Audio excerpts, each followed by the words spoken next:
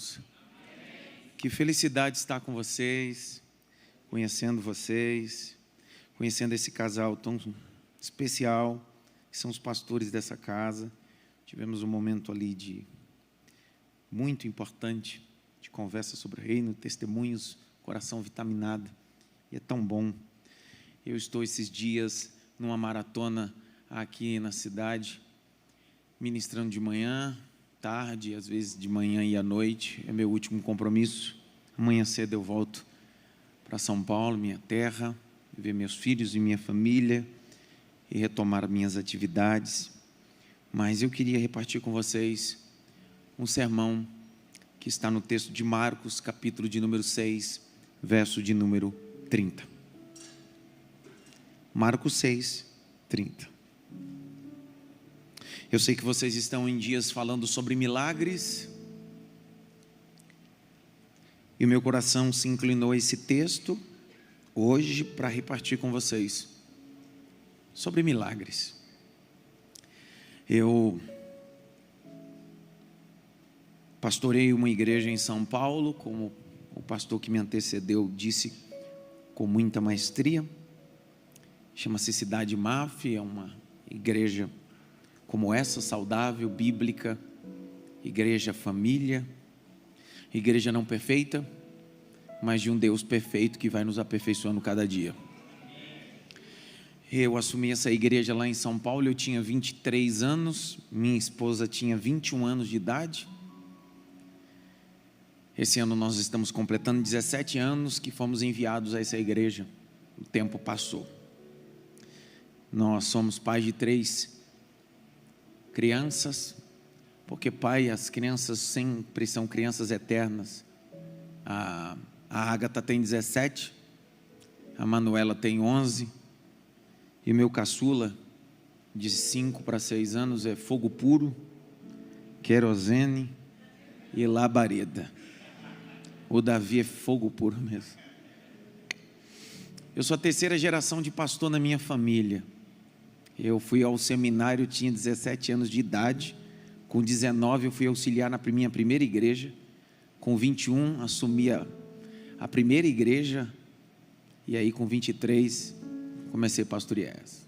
Eu nunca bebi, nunca fumei, então não sei o que é carnaval. Eu casei virgem. Eu não tenho nenhum testemunho daqueles assim, uau, matei 15, não tenho. Eu queria ter, porque às vezes quando eu conto o meu testemunho que eu nunca bebi, nunca fumei, casei virgem, ainda minha esposa deu em cima de mim num culto, a pessoa diz, conhece nada da vida. É que eu entendi na vida que Daniel não precisa comer da mesa para acessar a Babilônia. Nem todo mundo que vai no chiqueiro se envolve com os porcos. A verdade do evangelho é entender que você pode caminhar no chiqueiro sem se sujar, preservando os princípios que o reino de Deus te dá. Capítulo de número 6, verso de número 30. Os apóstolos voltaram à presença de Jesus e lhe relataram tudo o que tinham feito e ensinado. Grite bem alto, ensinado. Mais alto, ensinado. Agora que eu percebi que eu estou cegueta mesmo, que tem um texto eu não estou conseguindo enxergar. Próximo verso, 31. E eles disseram, venham, repousem um pouco à parte, no lugar deserto. Isto porque eles não tinham tempo nem para comer, visto que seriam muitos o que iam e vinham. Grite bem alto, sem tempo para descansar, sem tempo para comer. Então Jesus está dizendo assim, come um pouco, descansa um pouco. Vou de novo, come um pouco, descanse um pouco, coma e descanse. Verso subsequente. Então foram de barco para um lugar deserto à parte. Grite bem alto, lugar deserto. Mais alto, lugar deserto. Isso, lugar deserto à parte. Agora ficou melhor, agora dá para enxergar mais ou menos. Próximo verso, por favor. Muitos, porém, os viram sair e reconheceram. Corriam para lá, a pé, de todas as cidades, e chegaram antes deles. Próximo verso. Ao desembarcar, Jesus viu uma grande multidão e os compadeceu dela, porque eram como ovelhas que não tinham pastor, e começou a ensinar-lhes muitas coisas.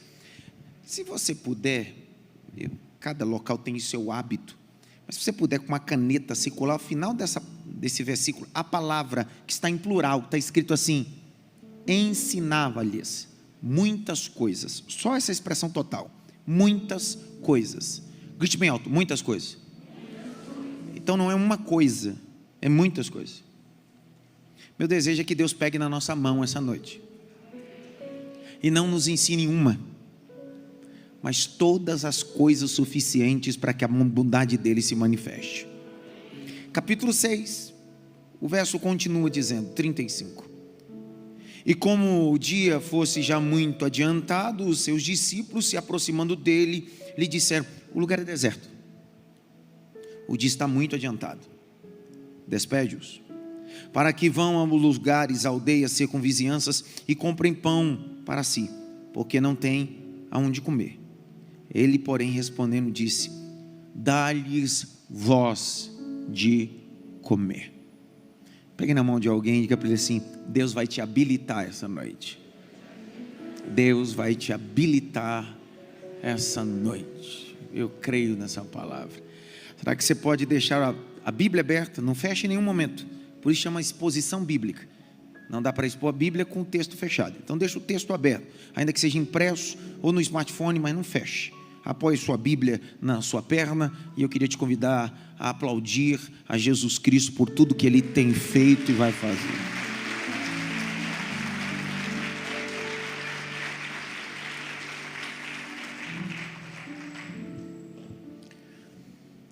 O texto de Mateus, Marcos, Lucas e João são textos que cada um deles apresenta Cristo em sua faceta. Textos sublimes. Dentre esses 4 textos desses evangelistas, 3 deles são chamados de sinóticos, que um complementa o outro. Alguns desses evangelistas decidem apresentar Cristo em sua imutabilidade, o Deus encarnado. Outro decide apresentar Cristo como aquele de uma linhagem da tribo de Judá. Esse é o caso de Mateus. Por isso que Mateus começa do capítulo 1 ao verso de número 1 ao verso de número 15, falando sobre genealogia, o Gênesis. Parece até fadonho. Você nunca vai ver ninguém pegando Mateus 1 verso 4, Mateus 1 verso 8 e colocando como devocional, até porque é uma lista de genealogia. Começa a ficar interessante a partir do verso 15, quando vai se manifestar a finalidade do que Mateus está falando, apresentando Jesus aos judeus. Uma das coisas que os judeus mais respeitam é gente com história, gente com genealogia. Gente que não tem história não tem autoridade para falar. Gente que não tem história não tem autoridade para falar coisa alguma. Esse é o papel. Já João, no seu texto, decide apresentar Cristo na perspectiva do Deus encarnado. Até porque esse texto foi escrito no ano 90. E uma das coisas que a gente precisa entender é que ele está combatendo de forma apologética uma seita estoica que se levanta dizendo que Cristo não veio em soma, em carne, se parecia como, mas não era carne. E aí João decide logo apresentar, tanto no texto dele evangelístico, como na primeira epístola, segunda epístola e terceira epístola, dizendo: no princípio era o verbo era Deus, e o verbo se fez carne. Ele está dizendo, não parece, é carne mesmo, ele habitou no meio de nós. Só que dentro de todos esses textos vai se apresentar um Cristo que em fases vai se revelando. A primeira manifestação dele é em seu nascimento. O seu nascimento acontece em Belém, você conhece disso. Até porque o primeiro imperador de Roma, chamado César Augusto, assina um edito. Provoca que todos possam vir ao seu ponto natural, doméstico e familiar para fazer um alistamento. Tudo que você alista, você domina. E parece que César Augusto está querendo fazer isso, forçando assim José para ir para Belém. Sua família é de lá, Maria vai junto. E nisso força que Jesus possa nascer lá. Parece que César Augusto está com a caneta na mão, com o papel na mão, tem um poder. Só que tem uma profecia de Miqueias dizendo que o Messias deveria nascer em Belém, não em Nazaré. Parece que César está no controle, mas é o próprio Deus mexendo em tudo para que a profecia de Miqueias se cumpra. Se cumpre. Ele nasce em Belém. A expressão Belém é casa do pão. Ele não deveria nascer em outro lugar, é na casa do pão. A humanidade estava precisando de alimento. Ele é o pão vivo que desceu do céu. Você conhece o texto? Conhecendo o texto, enquanto há todo esse movimento na Mesopotâmia antiga, entre 600 e 700 quilômetros, esses magos, quantos magos eram mesmo? Quantos magos eram? A Bíblia não diz. É aquela pegadinha. Não diz quantos magos são. É que a gente associa os 3 presentes com 3 pessoas. Mas certamente você já foi para a festa e não levou presente nenhum.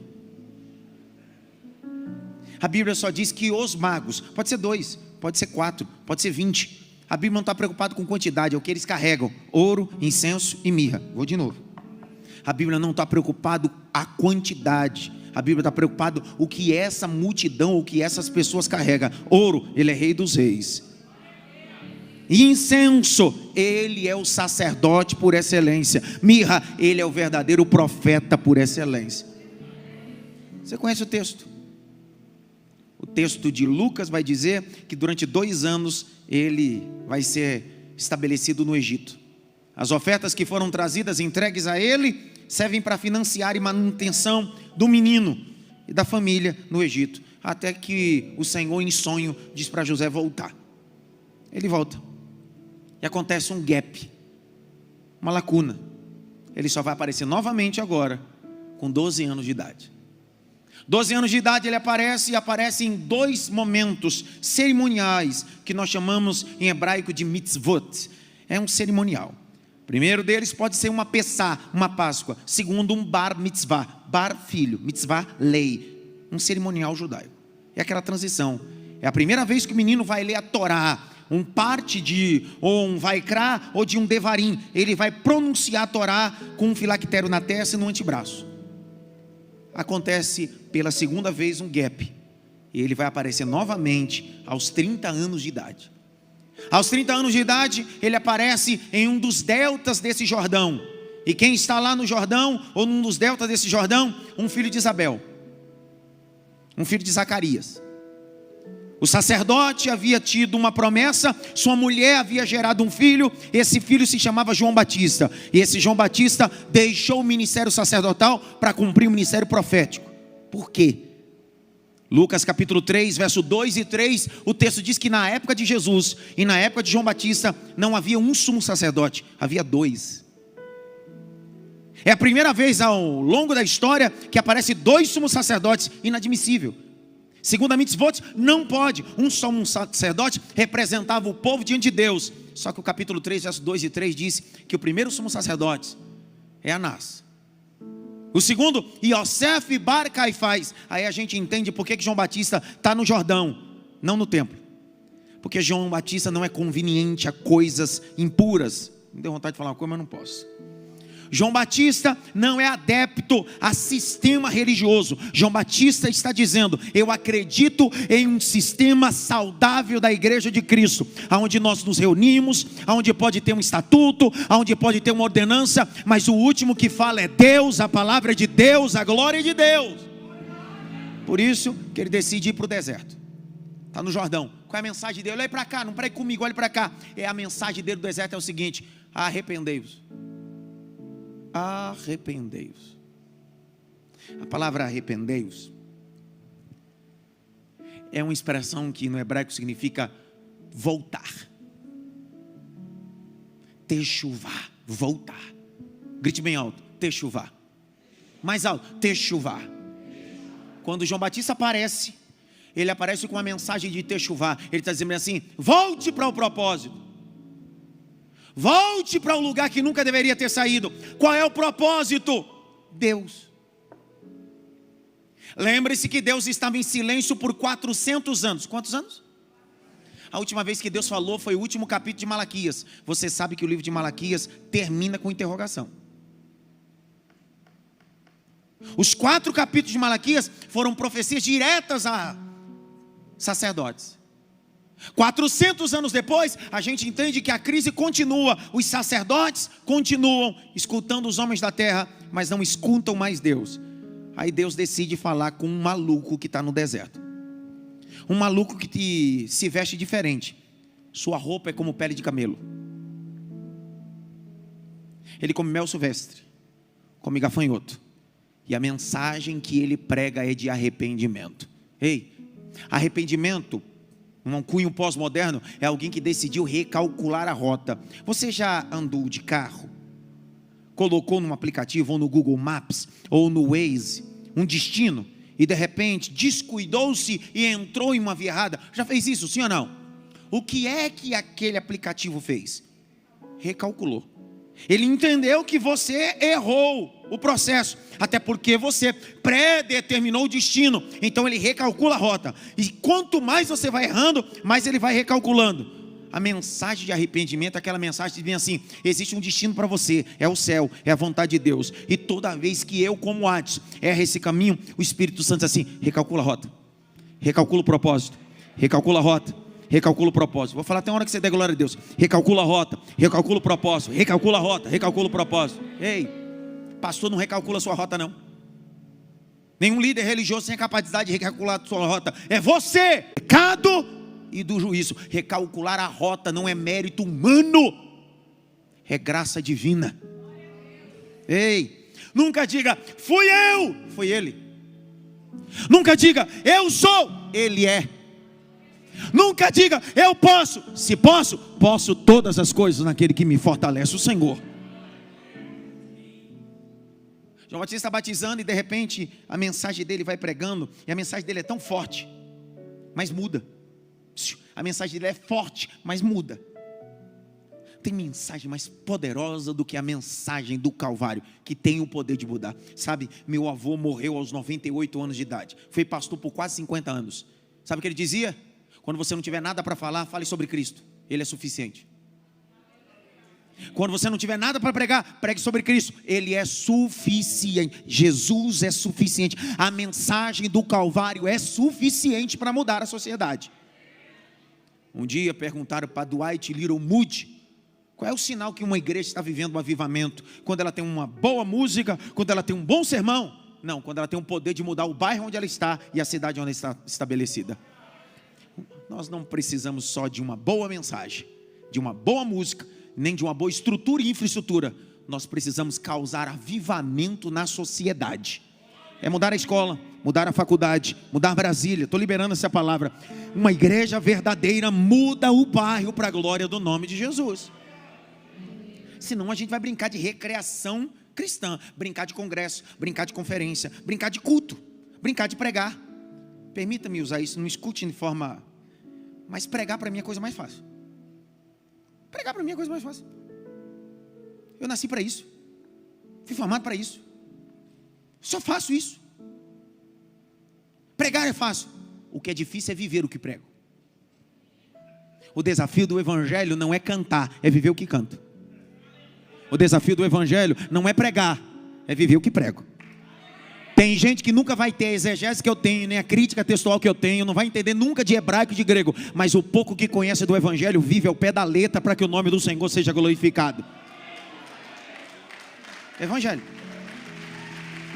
Evangelho. Evangelho. Então o evangelho não é o tanto que eu decoro. Então não se sinta impressionado quando você vê alguém decorar a Bíblia. Evangelho não é o tanto que eu decoro, é o tanto que eu pratico. Ninguém entendeu nada. Pega 2 copos descartáveis para mim. Me ajuda. 2 copos. O PC dele tem mais valor externamente. Isso aconteceu na Babilônia. Tem alguém comendo de tudo na mesa, mas ele decidiu: não é porque todo mundo está comendo que eu tenho que comer.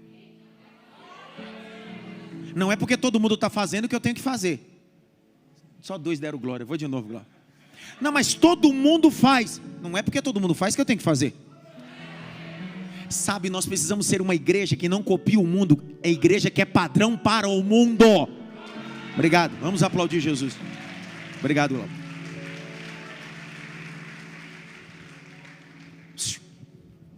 Faz assim. Esfrega a mão. Não é mandinga não, irmão. Os irmãos já ficam com medo. Será que é mandinga alguma coisa? Não, não é nada. Fica tranquilo. Sou crente. Esfrega. Fecha as duas mãos assim, ó. Assim. Com as duas mãos fechadas. Junta elas e coloca na testa. Assim, ó. Na testa, meu. A pessoa não sabe o que é testa, não é? Testa! Tem uns que até desistiu, está colocando em lugar nenhum. Eu te confundi? Por que eu te confundi? Porque eu estou falando uma coisa e fazendo outra. Assim sou eu e você. Quando no mundo pregamos uma coisa e vivemos outra. Ao invés de ajudar, atrapalhamos as pessoas. Evangelho não é falar de amor, é viver sobre. É muito mais do que isso. Quem aqui é antigo, que não é o meu caso, mas os antigos diziam bem assim, os nossos avós: faço o que eu falo. Ô contradição pedagógica e andragógica. Faço o que eu falo, mas não faço o que eu faço. O evangelho é o contrário. Não se preocupe com aquilo que eu falo. Observe o que eu faço. Cheio do Espírito Santo. O que Jesus estava dizendo é: você só vence o tentador se você estiver cheio do meu Espírito Santo. Não se vence o tentador com meritocracia. Se vence o tentador com dependência divina. Aí ele vence. O texto diz que depois desse período ele vai para Nazaré, entre sua cidade natal. É um sábado, é um Shabbat Shalom. E ele entra na sinagoga. Olha para cá. As sinagogas foram estabelecidas dentro do período do cativeiro babilônico, uns 70 anos. O povo estava fora do templo, fora do ambiente do estudo da Torá. E as sinagogas foram criadas nesse período. Quando eles voltam pós o cativeiro babilônico, o costume das sinagogas ainda continua. A sinagoga era um ambiente de repartir o texto. Era um ambiente de se cantar os terrilins, que são os salmos. Na sinagoga havia um presidente da sinagoga, um príncipe da sinagoga. Os homens ficavam embaixo, as mulheres ficavam na galeria. As crianças menores de 12 anos, mesmo sendo do sexo masculino, ficavam em cima. Só podia acessar o ambiente principal depois do bar mitzvah, o príncipe da sinagoga. E toda a sinagoga, como se fosse do lado direito assim, havia uma sala especial onde a Torá ficava lá. Havia um púlpito como esse. Quem dava oportunidade? O príncipe da sinagoga. Ele dizia bem assim, igual o pastor faz com a gente, no culto: abre o culto, canta uma música, faz uma oração. Quem determinava as oportunidades era o príncipe da sinagoga. Jesus saiu do deserto. Você não der glória agora, você vai ver. Jesus saiu do deserto, venceu o diabo, sentou na sinagoga no sábado e está lá sentadinho. E o príncipe da sinagoga está lá. Levanta aí, vem cantar para nós um terrilim. Aí sobe alguém. Quando ele sobe, vem alguém, traz o rolo de um terrilim de salmo, e ele vai salmodiando, vai cantando, e toda a sinagoga canta. Aí ele disse: ei, você tem oportunidade. Jesus não mandou bilhetinho não, eu quero oportunidade. Jesus está lá. De repente o príncipe da sinagoga olha e diz: o filho de José, o carpinteiro, está aí, é? Faz uns dias que eu não te vejo. Fazia 40 dias que ele estava no deserto, ninguém sabia o que tinha acontecido, mas Deus estava preparando ele para aquele momento. Vem aqui ler um texto para nós. Lembre-se que o que nós chamamos de texto veterotestamentário, o judeu chama de Otaná, dividido em 3 blocos: Torá, Nevim e Ketuvim. Nevim são os profetas, Torá é o Pentateuco, Ketuvim são os textos proféticos, Salmos, Provérbios, Eclesiastes. De repente, o príncipe da sinagoga disse assim: ei, vem ler um texto. E eu não quero que você leia um texto do Ketuvim, eu não quero que você leia um texto da Torá, eu quero que você leia um texto do Nevim, um texto dos profetas. Só que não era ele que decidia ler, era o príncipe da sinagoga que determinava o que ia ser lido.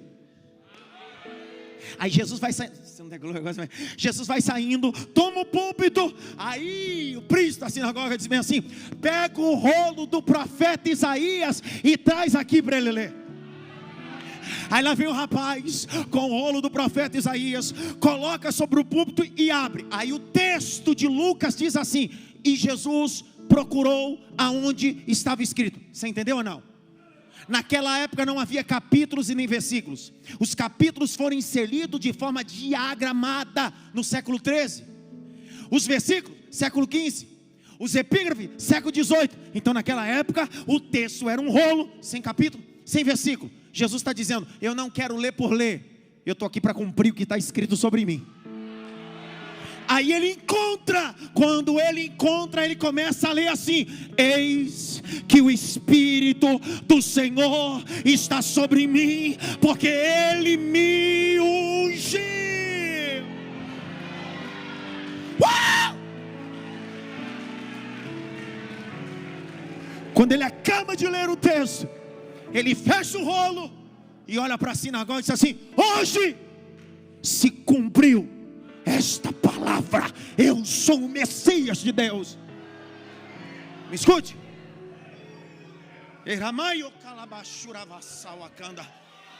Eu não creio num evangelho que está resumido naquilo que eu acho. O evangelho se cumpre naquilo que está escrito. Eu não estou aqui para cumprir o meu desejo, eu estou para cumprir o que está escrito: ide por todo o mundo e pregai o evangelho.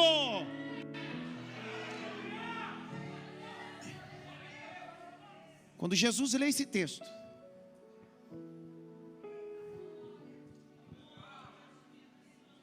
Jesus leu esse texto, o que deveria ser motivo de ser celebrado, o texto diz que Jesus é expulso de Nazaré, só porque ele leu o texto, só porque ele expôs o texto, só porque ele cumpriu o texto. Ei, existem ambientes que vão te expulsar só porque você decidiu cumprir o que está escrito.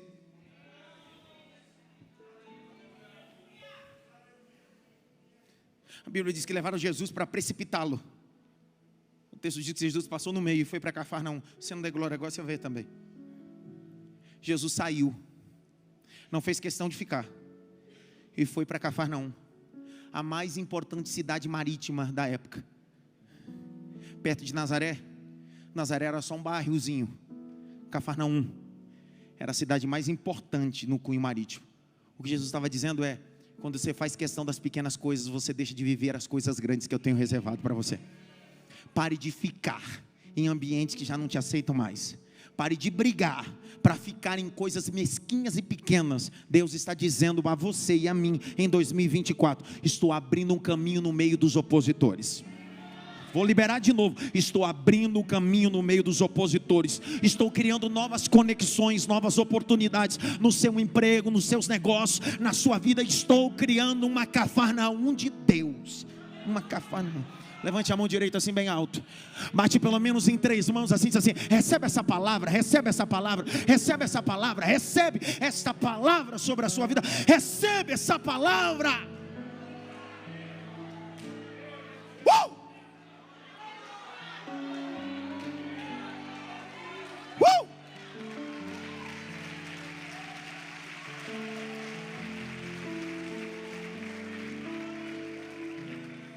Você deve estar perguntando comigo assim, né? O que tem a ver toda essa guisa introdutória com o texto que eu estou lendo? Já viu uma boleira fazendo bolo? Ela pega os ingredientes e diz: é possível que isso aqui vai virar aquilo. Calma. Jesus inicia o seu ministério. 3 anos. Durante 3 anos, segundo Mateus, Marcos, Lucas e João, foram registrados 35 milagres. A nossa conferência é de quê mesmo? Milagres.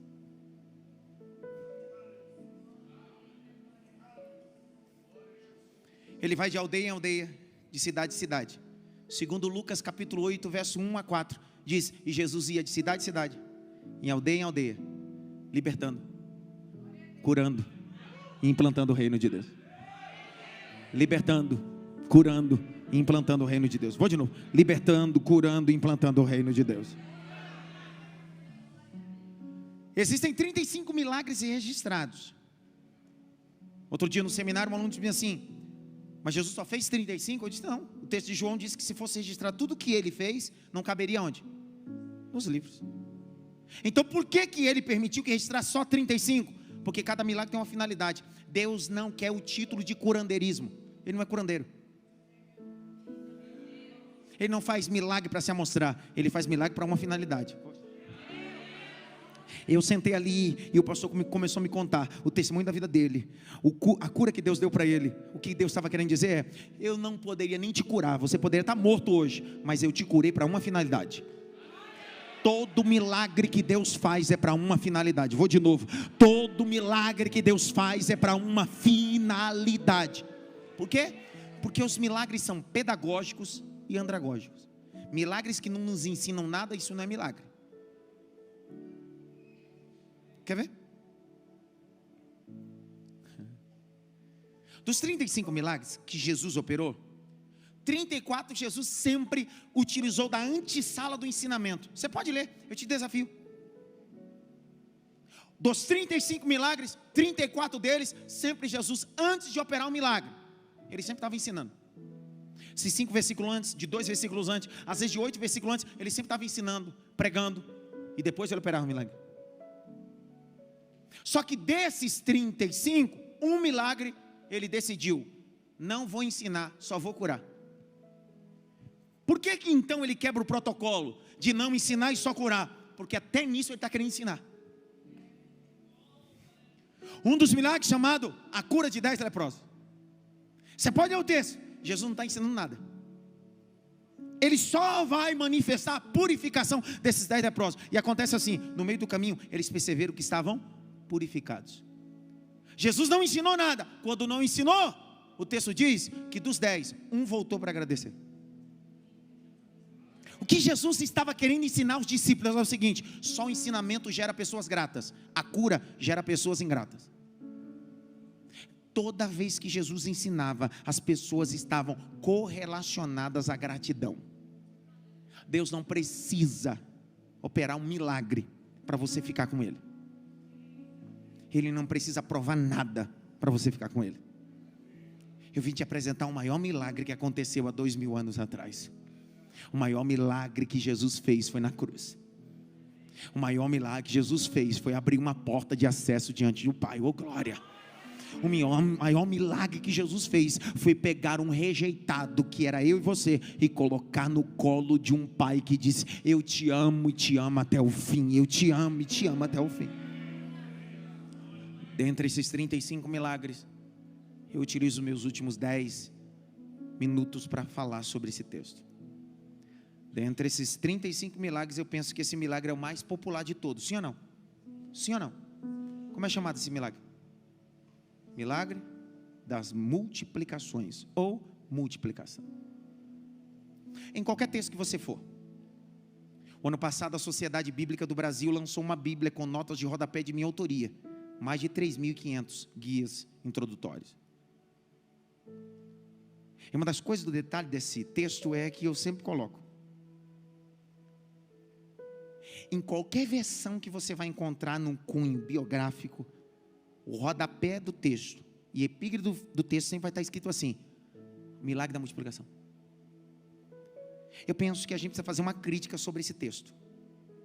Esse texto deveria passar por uma repaginação, não um texto, mas o rodapé, que é um adendo, ou epígrafe.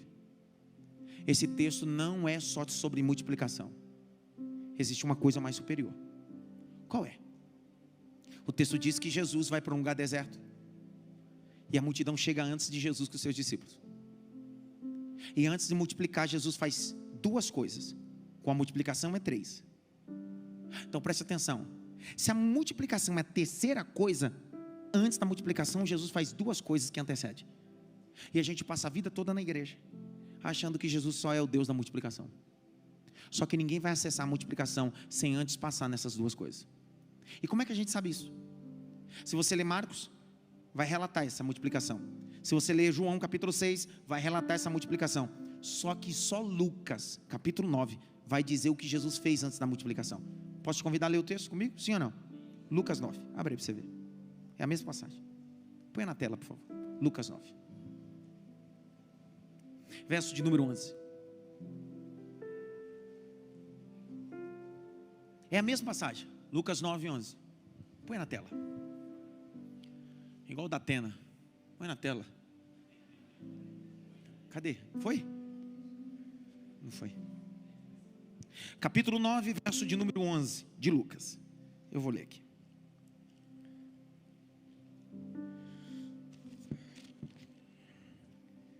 E sabendo a multidão que seguia, ele os recebeu. E fez o quê? Falava o quê? Falava sobre o quê? Então presta atenção. Isso. Mas as multidões souberam disso e o seguiam. E acolhendo-as, Jesus falava-lhe sobre. Mas essa passagem, no epígrafe dela, lá na parte negrita que está escrito, é a passagem conhecida como da multiplicação, sim ou não? Só que a multiplicação foi a última coisa que ele fez. Qual é a primeira? Jesus está dizendo: eu não posso multiplicar se você é analfabeto sobre o reino. Porque se eu multiplicar e você não entender sobre o reino, você acha que tudo que eu multipliquei é seu. Mas se você entender sobre o reino, tudo que eu multiplicar não é seu, é nosso. Ei, escute. Você já olhou o Pai Nosso? Já orou o Pai Nosso? Já orou? Quem que já orou? 2 pessoas. Perguntando de novo. Você já orou o Pai Nosso alguma vez na vida? Sim ou não? Já leu o texto do Pai Nosso? Sim ou não? Tem 3 fatores importantes no Pai Nosso. Dr. Carson, um dos mais brilhantes teólogos de Montreal, Canadá, ele vai dizer bem assim, que são o que nós chamamos de cabeça do Pai Nosso, o coração do Pai Nosso e os pés do Pai Nosso. Ele vai definir todo o Pai Nosso nisso: cabeça, coração e pés. Ele diz assim, ó: o Pai é nosso, o pão é nosso, e a dívida?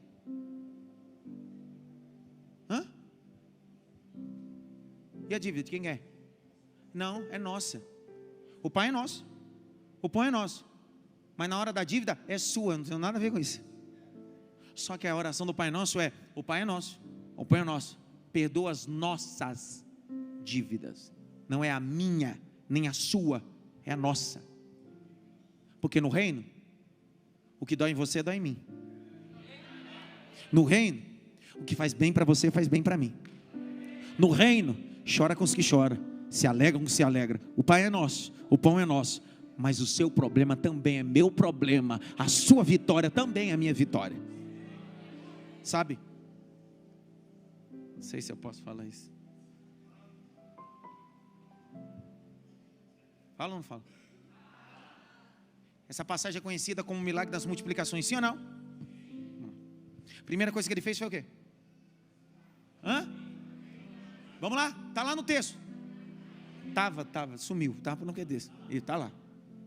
O que ele falava? Primeira coisa, falava sobre. Tem algum bancário aqui no meio? Bancário? Ninguém que mexe com dinheiro? Pastor mexe com dinheiro. Pastor é da Caixa Econômica, né? Você sabe que as instituições bancárias são supervisionadas por uma instituição maior chamada de Basileia? Não é isso, pastor?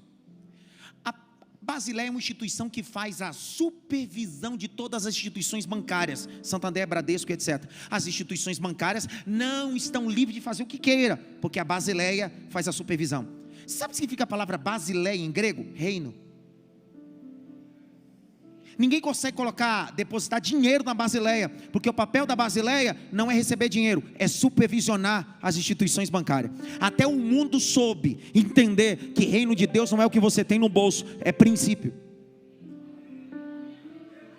Você sabe qual é o nome da palavra que está aí no grego koiné, que está aí para reino? Basileia. Raiva que me dá. Quando Jesus disse: venha o teu reino, a palavra reino lá é Basileia. Porque Jesus não está falando de uma instituição, nem de uma denominação. Ele está falando de um organismo espiritual, que é o reino de Deus. Então, fazendo uma comparativa, é o seguinte: a Oceano é um banco, a Assembleia, outro banco. E o banco cuida de quê? Dinheiro. Na perspectiva do comparativo, são moedas de valores. Só que quando esse banco se envolve muito com o dinheiro dos outros e começa a se corromper, Basileia vem para supervisionar, dizendo: não quebra o princípio. Que raiva que me dá, vou de novo. Pastor, mas que é isso? Não pode falar de moeda e de dinheiro na igreja, isso é pecado, a gente só fala de reino. Olha para cá. Jesus nunca foi contra moeda. O problema é onde ela está. Jesus nunca foi contra dinheiro. O dinheiro pode estar em 3 lugares. Ou ele está no teu coração, ou ele está no teu bolso, ou ele está nos teus pés. Se ele estiver no teu coração, ele é teu Deus. Se ele estiver no teu bolso, é que você acha que pode comprar todo mundo. Mas o lugar dele é os teus pés. Você domina.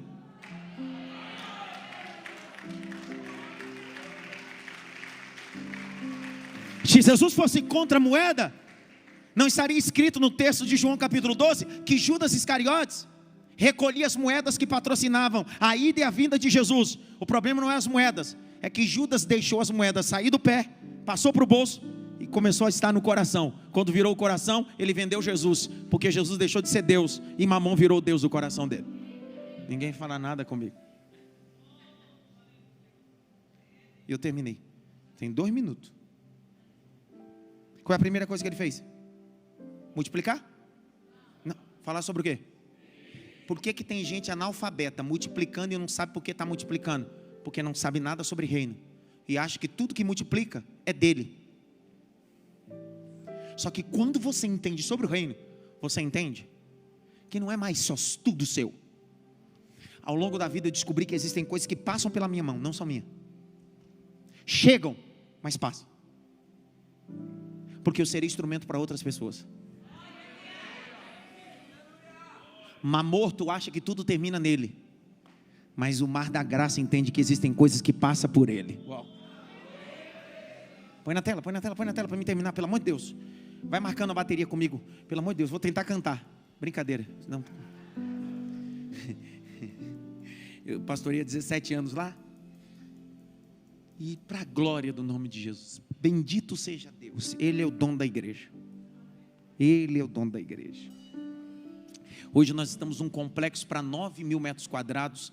E os cultos, nossos cultos têm sido cada dia uma explosão. Amanhã eu chego em São Paulo para fazer a apresentação de 577 novos membros na igreja. De uma vez só. De uma vez só. E ó, para quem me acompanha na rede social, porque eu tenho alguns alunos aqui que vieram. Pastor Mateus Nassif veio estar comigo hoje, alguns alunos que estão aí. Sabe que isso não é conversa de hipérbole, não. Nós somos uma igreja hoje para 7.000 pessoas. E aí a pergunta é: por que essa igreja anda crescendo demais? Simples. Simples. É que a gente decidiu viver primeiro o reino e depois a multiplicação. Porque viver de multiplicação de forma ignorante, ele vai falar burra, mas é ignorante. Falou sobre e depois fez o quê? Hã? Pastorzão, faça a pergunta séria. Tenho 5 segundos, eu termino. 3, 4, 2, acabou. Olha para cá. Elias era profeta de Deus, sim ou não? Ficou doente alguma vez? Você vai ver a Bíblia? Ele está com doença na alma, mas Deus cura ele. Passou pela morte? Elias passou pela morte? Não, Deus arrebatou ele para si, sim ou não? Quem é que assumiu o cargo de Elias como profeta? Eliseu foi arrebatado? Morreu de quê? Doente. Então é 2 deuses? É o mesmo. O que Deus está dizendo? Se eu só curar, você acha que eu sou só Deus que cura. Mas se eu te falar do reino antes, eu curando sou Deus, eu não curando continuo sendo Deus.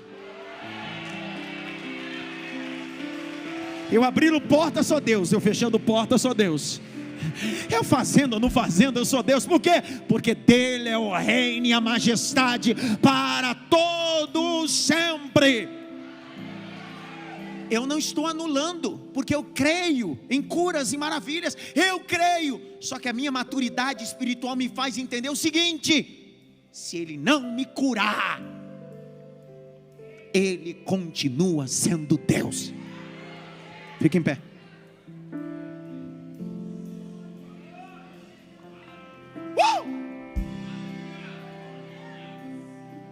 foi a última coisa que ele fez mesmo?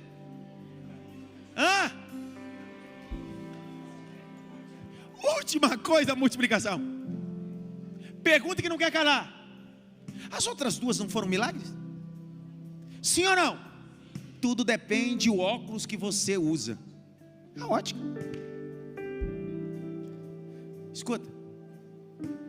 Quando Jesus acabou de ensinar e curar, o que os discípulos disseram? Manda essa multidão embora. Glória a Deus. Quando Jesus ensinou e curou, os discípulos disseram: manda esse povo ir embora. Jesus disse: nada disso, dê-lhe voz de comer. Aí uns discípulos vão no meio do povo e encontram um rapaz, que ele tem 5 pães e 2 peixes. Trouxeram até Jesus, e aquele rapaz, porque ouviu sobre o reino. Vou de novo. Aquele rapaz que ouviu sobre o reino, entendeu: não é mais meu, é nosso. É pouco, mas é nosso. É 5 pães de cevada, mas é nosso. É 2 peixinhos, mas é nosso. E se a gente colocar na mão daquele que fala sobre o reino, que é o Rei dos Reis, ele multiplica e o nome dele é glorificado.